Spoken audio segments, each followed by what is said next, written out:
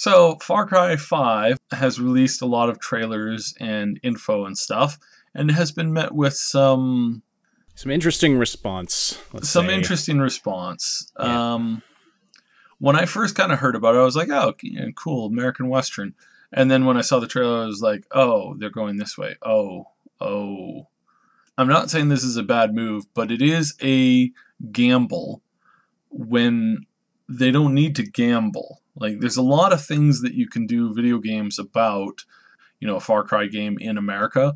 So instead of going for something a little bit more common, a little bit more grounded, they kind of rolled the dice with this concept. They've gone in with a lot of risk and expecting to get a really good reward. Now, the game might be awesome, it might be amazing, and the trailers look really good. I don't know about you. It made me want to play the game.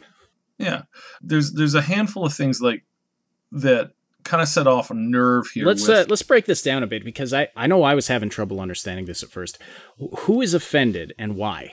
It's not a particular group that's overly offended. There seems to be a sizable chunk which, when they first saw this, they kind of rolled their eyes. They said, oh, great, more people kind of bashing us in this kind of passive-aggressive way. If this game turns out to be, preaching and telling me, how horrible I am as an American, I don't want to play it. Well, that's a big if, though. I mean, and that is a big if. That is a big if, and it might be. And I'm not saying this is what I believe. I'm just saying that this is what the criticism has been. But yeah, now I have heard that the criticism is being overblown in the media, as in that there's really not all that many people offended about it.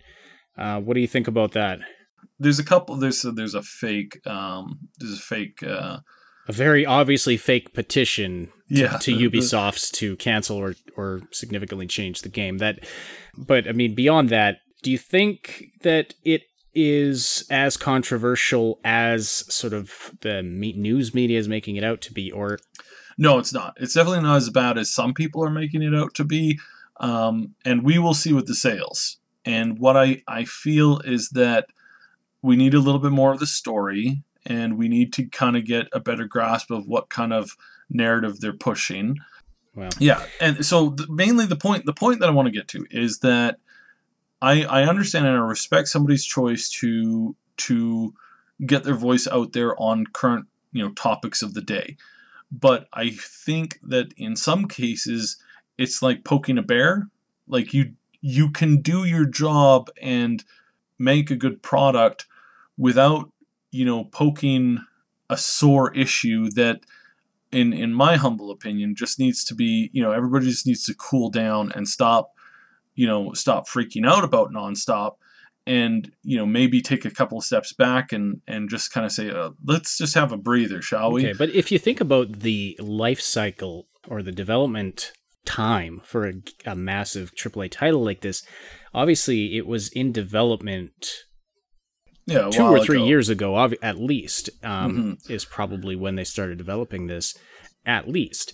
So what the political landscape and the social landscape can change, or I would say, as we sort of said at the beginning of this episode, it's really changed a lot over the past year and a bit, couple of years. And that's why I don't think that this was their plan. I think that they were like, oh, this is kind of a cool thing. And I think, let's pull out Occam's razor and say that, they were kind of aiming for one thing that they thought was popular, but has maybe turned into a bit of a sore spot. You can kind of tell this from the way that they talked about it and teased it. So the way that they first started to tease it was one way, and then they released a bunch of stuff, and they released one of the first trailers, and they started seeing a fair bit of vocal "oh groan," like not necessarily I hate you, I'm never going to buy this game, etc., etc., etc.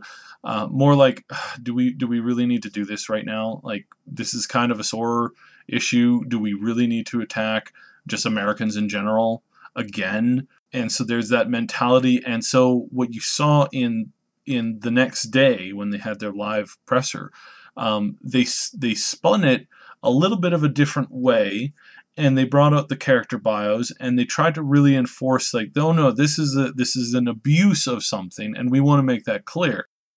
Right.